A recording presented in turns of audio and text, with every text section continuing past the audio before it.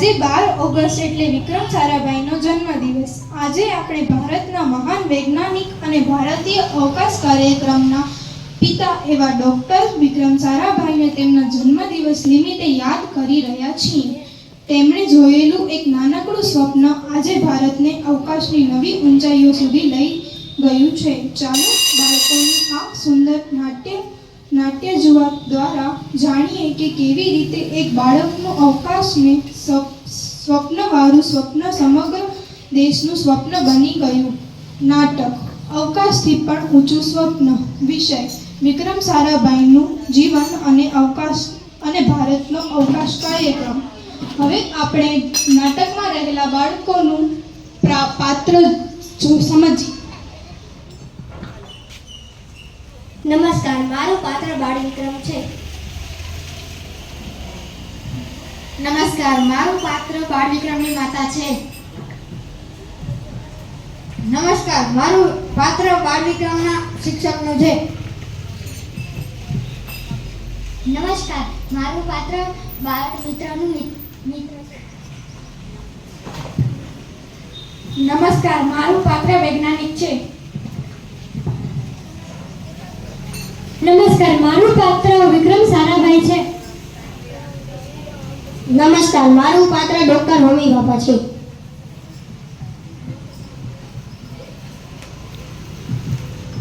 નમસ્કાર, અમારું પાત્ર વિદ્યાર્થીનું છે.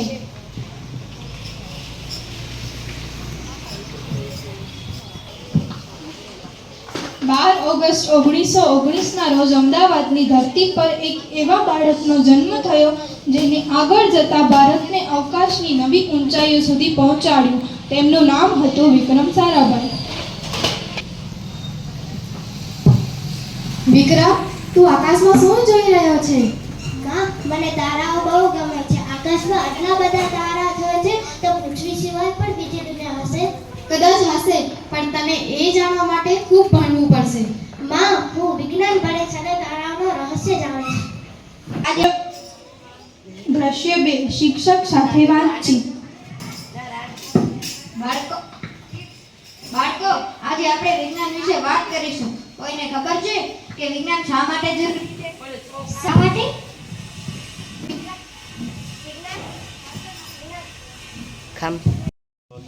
વિજ્ઞાન માત્ર વસ્તુઓ શોધવા માટે નહીં, પણ દેશની સમસ્યા ઉકેલવા માટે. વાહ વિક્રમ, તારો વિચાર ખૂબ સરસ છે. યાદ રાખજે, વિજ્ઞાન માનવજાતના કામ આવે. દ્રશ્ય 3 ભારત માટેનું સ્વપ્ન. વિક્રમ સારાભાઈ મોટા થયા. તેમણે વિજ્ઞાનમાં ઊંડો અભ્યાસ કર્યો. ભારત સ્વતંત્ર ત્યારે તેમના મનમાં એક મોટું સ્વપ્ન હતું. સારાભાઈ સાહેબ, ભારત જેવા વિકાસશીલ દેશને અવકાશ સંશોધનની શું જરૂર? અવકાશ માત્ર ચંદ્ર અને તારાઓ સુધી પહોંચવા માટે નથી. ઉપગ્રહો દ્વારા આપણે હવામાનની આગાહી, સંદેશાવ્યવહાર, શિક્ષણ અને દેશના વિકાસમાં મદદ મેળવી શકીએ છીએ. પણ ભારત પાસે તો પૂરતી સુવિધાઓ પણ નથી. સુવિધાઓ નથી એટલે સ્વપ્ન છોડવાનું નહીં. સ્વપ્ન મોટું હશે તો સુવિધાઓ પણ શોધીશું અને મોટા સાધનો પણ ઊભા કરીશું. દ્રશ્ય 4 હોમી ભાભા સાથે મુલાકાત. સારાભાઈ, તમે ભારતમાં અવકાશ સંશોધન શરૂ કરવા માંગો છો? હા, હું માનું છું કે ભારતે વિજ્ઞાન અને ટેકનોલોજીમાં આત્મનિર્ભર બનવું જોઈએ. તમારો વિચાર ખૂબ જ સરસ છે. આપણે ભારતના યુવાનોને આ ક્ષેત્રમાં આગળ લાવવા પડશે. બિલકુલ, ભારતના યુવાનો અને બાળકોમાં અદ્ભુત શક્તિ છે. તેમને તક આપવી જરૂરી છે. દ્રશ્ય 5 રોકેટનું પ્રક્ષેપણ.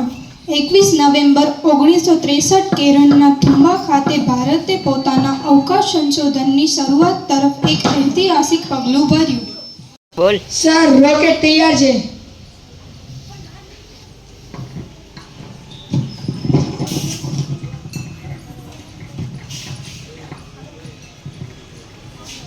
સર, આપણા પાસે તો બહુ ઓછી સુવિધાઓ છે.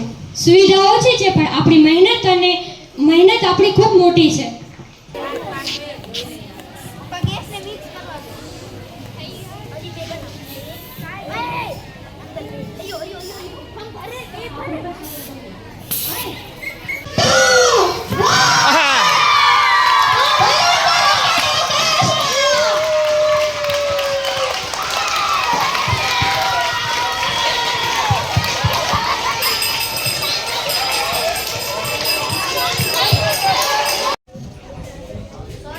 લક્ષ્ય 6 આજનું ભારત સારાભાઈનું સ્વપ્ન આજે ભારતના ચંદ્ર અને મંગળ સુધીના અવકાશ અભિયાનોમાં જોવા મળે છે.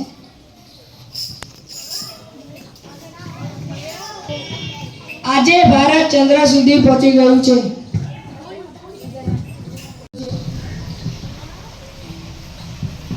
આજે ભારત મંગળ સુધી પહોંચી ગયું છે.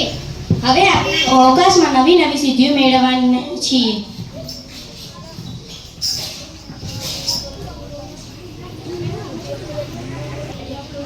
વિજ્ઞાન ભારતને આગળ વધારવાનો સાધન.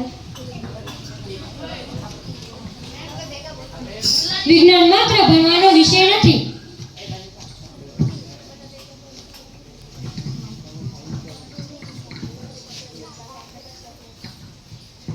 ચાલો